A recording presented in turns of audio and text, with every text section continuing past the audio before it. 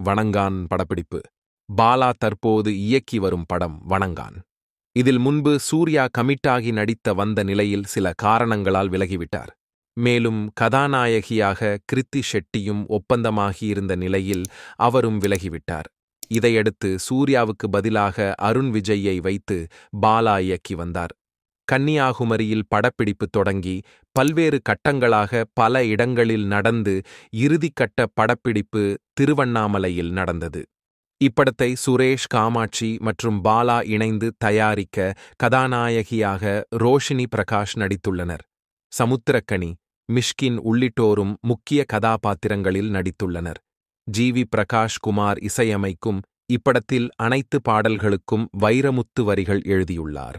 இப்படத்தின் first look கடந்த September மாதம் வெளியானது. அதில் அருண் விஜய் சேரும் சகதியுமாக ஒரு கையில் பெரியார் சிலையுடனும் மறு கையில் பிள்ளையார் சிலையுடனும் இடம்பெற்றிருந்தார். அந்த போஸ்டர் பலரது கவனத்தை ஈர்த்துள்ளது. இந்த நிலையில் இப்படம் அடுத்த கட்டத்திற்கு நகர்ந்துள்ளது. பூஜையுடன் டப்பிங் பணிகளை படக்குழு தொடங்கியுள்ளது.